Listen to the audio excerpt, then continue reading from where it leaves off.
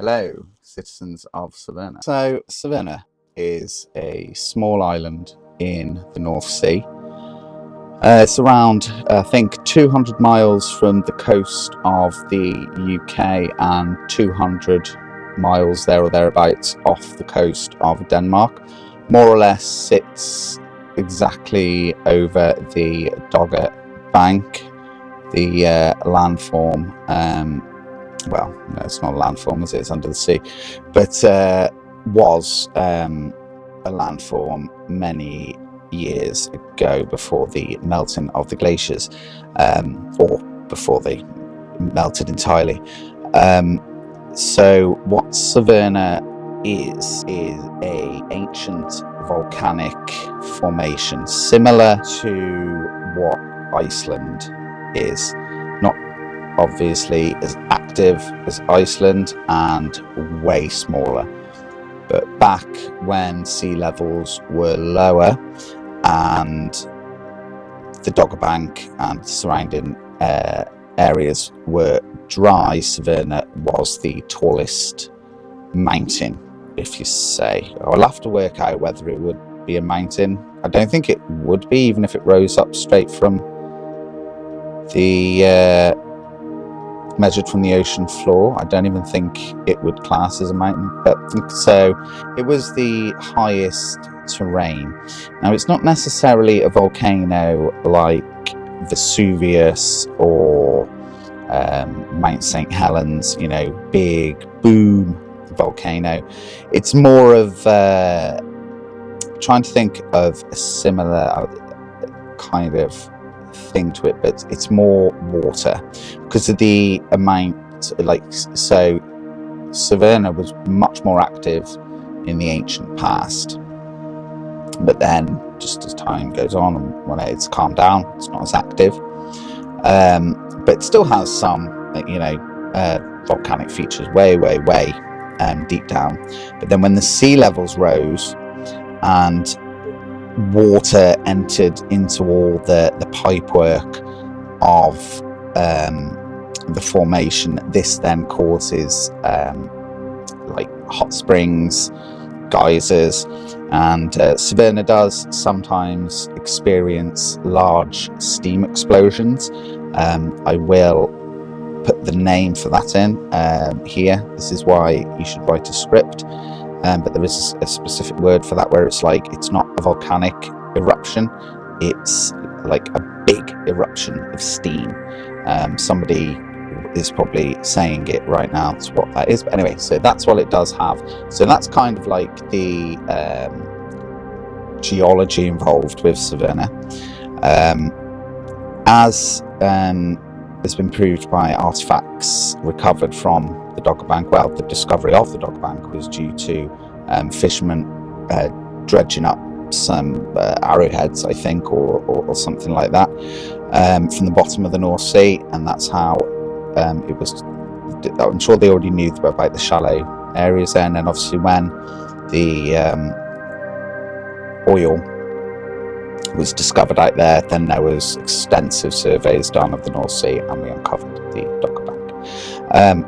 So the ancient peoples, as the sea levels rose, Severna kind of become like, to them, you know, the last bastion of land, and there are many features across Severna and a lot of evidence of ancient human habitation in large numbers, and it is obviously imagined that is due to people that once lived over a large area then suddenly being corralled into the small land of Severna. So there are, and the people that the ancient peoples of Severna have been known as the Vulcans, and I have sort of put together like a very basic language for them and writing system.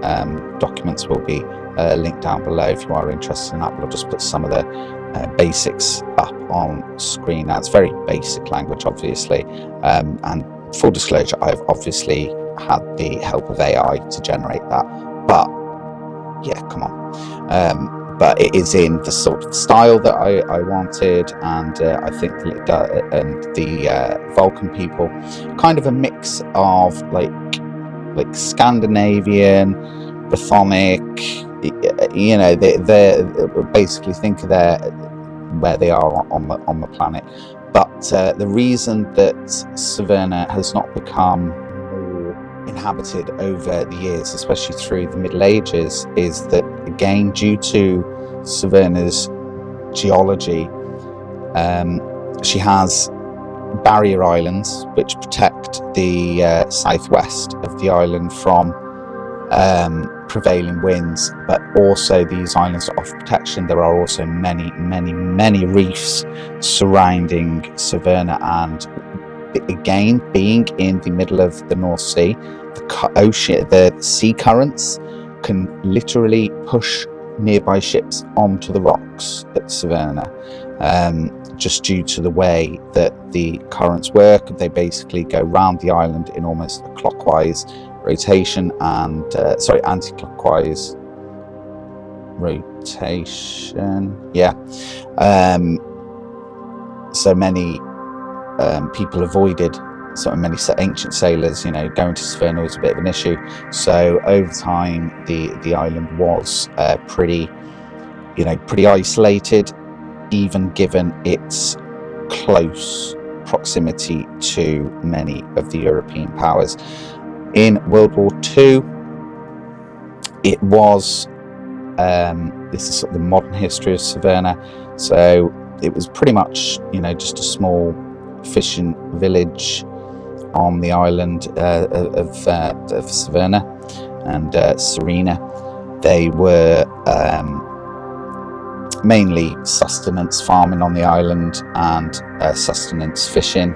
It's always been known that there was some coal on the island and some iron on the island, but this was hard to access for most of history, and like I say, getting that off the island would prove difficult due to the surrounding waters. So obviously some boats did make it there, but these were usually Severnans, and it was just all happening. They were having to go out to get stuff. It wasn't necessarily traders coming to Severna. But then obviously things changed as time went on. So World War II. So basically the baddies occupied the island straight away, more or less, turned it into an airfield for the Luftwaffe.